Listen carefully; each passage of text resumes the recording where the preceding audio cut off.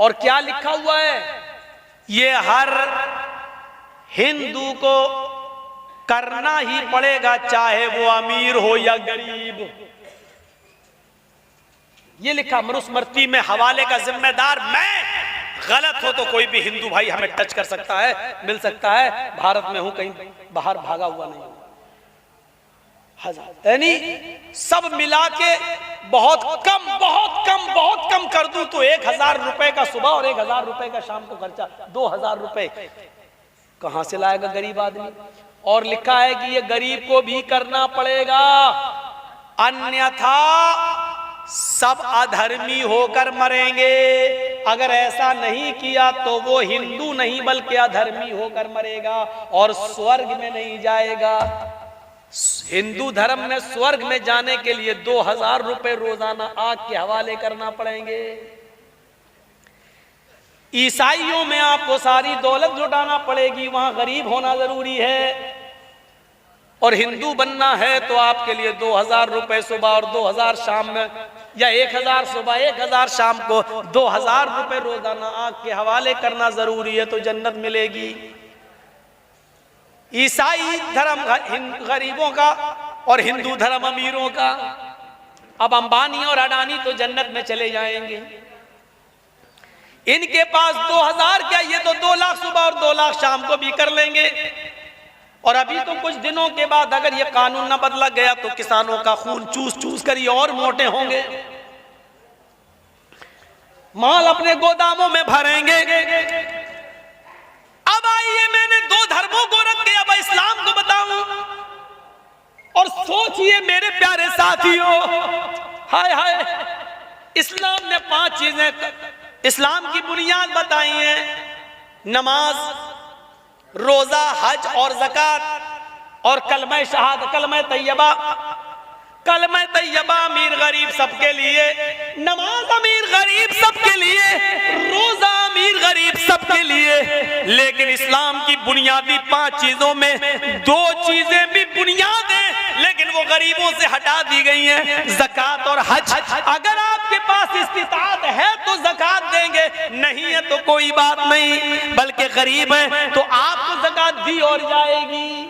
हज भी आप पर फर्ज नहीं है, अगर इस्तिताअत तो वहां जाने का तो हज करो, नहीं है तो कोई बात नहीं है, आप पर हज फर्जी नहीं है। ये नहीं कहा गया कि गरीब जन्नत में नहीं जाएगा, बल्कि ये और कह दिया गया कि गरीब अमीर आदमी से 500 साल पहले जन्नत में जाएगा, इसलिए कि हिसाब व किताब अमीरों से बहुत लंबा लिया जाएगा और गरीबों से माल का हिसाब ही नहीं, उनके पास तो कुछ था ही नहीं, वो हिसाब कैसे देंगे, नहीं दे पाएंगे। 500 साल पहले वो पहले जन्नत में दाखिल कर दिए जाएंगे। अमीर भी जन्नत में जाएगा, लेकिन उनसे माल का एक एक पैसे का हिसाब होगा, कमाया कहां से, खर्च कहां किया, एक एक पैसे का हिसाब होगा। बताओ क्या जवाब दोगे? अल्लाह अपने बच्चे को, अपने बेटे को 26,000 का मोबाइल दिलाया था, एंड्रॉइड। जवाब देना, अल्लाह कैरम बोर्ड खेलता है।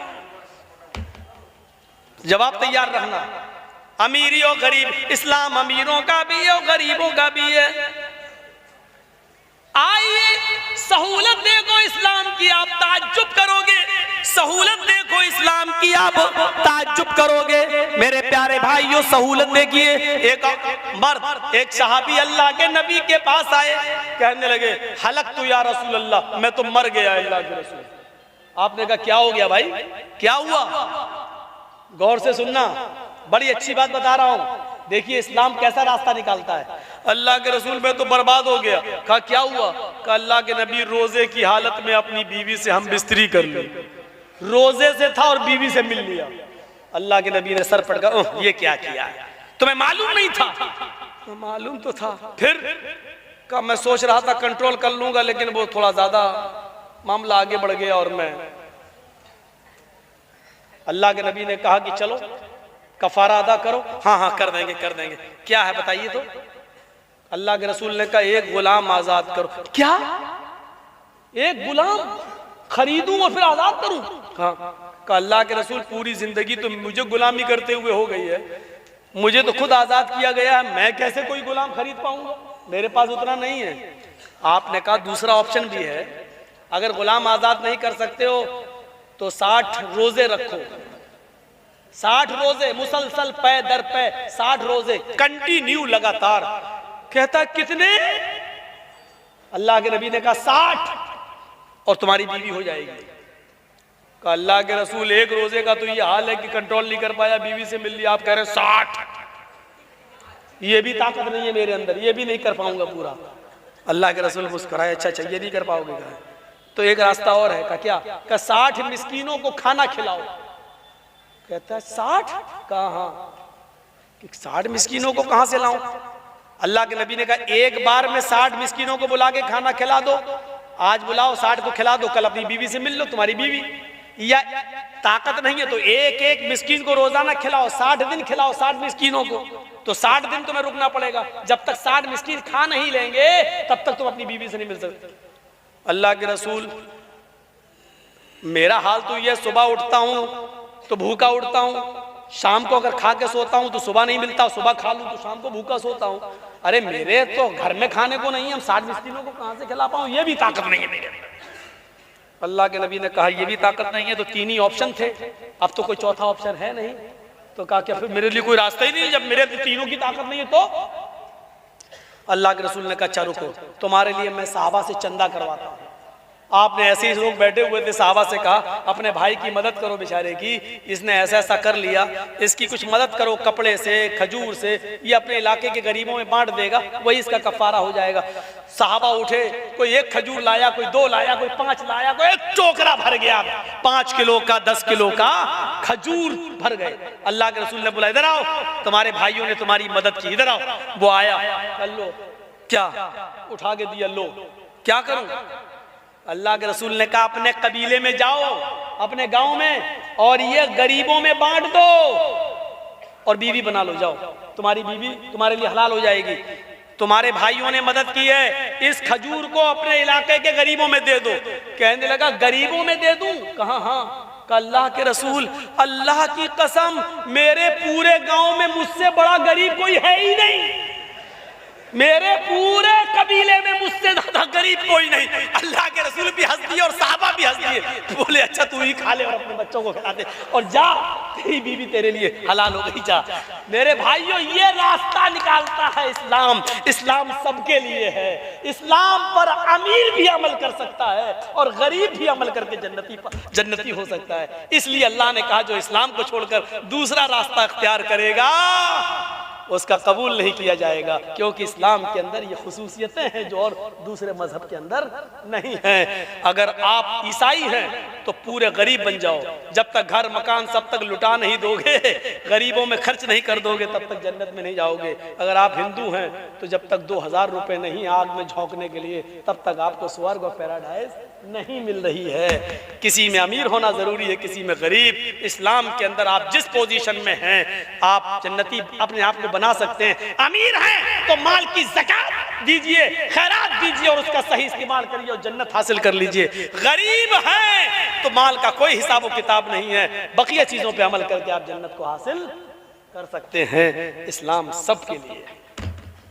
मेरे भाइयों ये बुनियादी चीजें मैंने 2 घंटे की तकरीर में आपके सामने रखी हैं।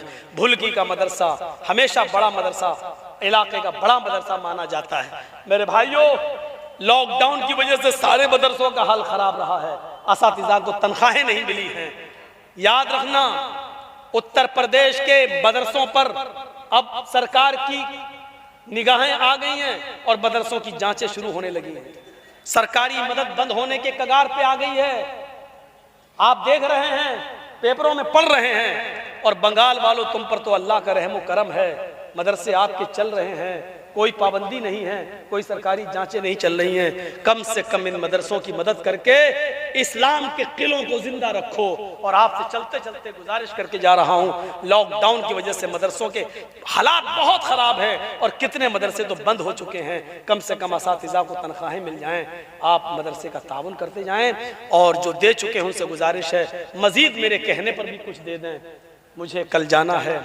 और एक बात और कह दूं कि मेरे प्रोग्राम थे 22 तारीख से लेकर आज तक ये जो है 28 फरवरी का यहाँ पे प्रोग्राम थे, लेकिन मैं 22, 23, 24, 25, 26 इन प्रोग्रामों में मैं शिरकत नहीं कर सका, जिसमें 23 तारीख को जो गोवा गांव में प्रोग्राम था उसमें भी मैं नहीं आ सका, क्योंकि मुझे जल्दी जल्दी तारीखें मिलने लगी कोर्ट से। लॉकडाउन में कोर्ट का आदेश ये आया कि लॉकडाउन के बाद जो कोर्ट बंद रही है 1 साल, उसके बाद जो खुल रही है तो उसकी पूर्ति की जा रही है। हर 2 दिन के बाद एक डेट मिल जाती थी, तो मैं उन डेटों में फंसा हुआ था, क्योंकि पहले मुझे अपने आप को सेव करना है, जलसे तो बहुत होते रहेंगे, इसलिए मैंने मोबाइल अपना बंद कर दिया था, क्योंकि टेंशन, कोर्ट का टेंशन था मेरे ऊपर। इसलिए मैं 22 से लेकर 26 तारीख तक के जलसों में मैं शिरकत नहीं कर सका। हम भी इंसान हैं, हमारे ऊपर भी परेशानी आती है, और 26 के बाद फिर डेट पड़ गई 2 मार्च। इसलिए मैं चला आया कि 27 और 28 का प्रोग्राम कर लूं, और आज 1 हो गई है, मैं बागडोरा भाग रहा हूं, और फिर मुझे कोर्ट की तरफ जाना है, फिर तारीख लेना है, और अब इंशाल्लाह लंबी तारीख मिलेगी। हिंदुस्तान में बस वही है, तारीख पे तारीख, तारीख पे तारीख, तारीख पे तारीख। एक फिल्मी डायलॉग भी है ये, तो मेरे भाइयों आपके सामने ये भी रख दिया। ये फिल्मी डायलॉग हो तो क्या हुआ, सच्चाई जहां से मिले ले लेना चाहिए। ये सच्चाई पर हकीकत मबनी है, न फैसला कर रहा है, न छोड़ रहा है, न सजा सुना रहा है। ये अजीब मसला है। बस आओ, एक जहनी तौर पर परेशान करने की एक आदत है जो हिंदुस्तानी कोर्टों में बनी हुई है। दुआ करो अल्लाह ताला मुझे इस मुसीबत से निकाले, नजात अता फरमाए। यही एक केस अब मेरे ऊपर रह गया है 54 केसों में से। दुआ करो अल्लाह मुझे इस केस से भी नजात अता फरमाए। अल्लाह ताला से दुआ है, और आपसे फिर गुजारिश करता हूँ कि मैं 5 मिनट बैठूंगा, 10 मिनट आप स्टेज पे भी ला के दे सकते हैं, चादर घूम रही उसमें भी दे सकते हैं। बारे अल्लाह हम तमाम मुसलमानों पर रहम फरमा, हमारे मुल्क हिंदुस्तान में अमन और शांति पैदा फरमा दे। ऐ अल्लाह, बंगाल में चुनाव करीब है, ऐ अल्लाह उस सरकार को बंगाल के अंदर दोबारा चुनकर उस सरकार को चुन जो इस देश के लिए बेहतर हो। मैं फिर किसी का नाम नहीं ले रहा हूं, हो सकता है इंडिया टीवी वाला फिर किसी को उछाल दे कि मौलाना जर्जिस ने किसके लिए, जो इस देश के लिए बेहतर हो, जो हमारे मुल्क के लिए बेहतर हो, और जो हिंदू मुसलमान सिख ईसाई और सबको साथ में लेके चलता हो। अल्लाह ऐसी अमन पसंद सरकार को बंगाल में दोबारा वापस फरमा दे। बारे अल्लाह जब तक हमें जिंदा रख, इस्लाम पर जिंदा रखना, जब हमारा खात्मा हो तो ईमान पर हमारा खात्मा फरमाना। वमा अलैना इल्लल बलागुल मुबीन व आखिरु दावाना अल्हम्दुलिल्लाहि रब्बिल आलमीन। अस्सलामु अलैकुम व रहमतुल्लाहि व बरकातुहू। अब लोग सेल्फी एल्फी न लें, कैमरे अपने बंद कर लें, क्योंकि ये चीज़ जायज़ नहीं है। वीडियो तक सही है, मोबाइल में बन गया है, यूट्यूब पे आ जाएगा, लेकिन अब सेल्फी लेना और ये सब नाजायज़ इस्तेमाल है। मोबाइल का मत करिए, सब गलत है।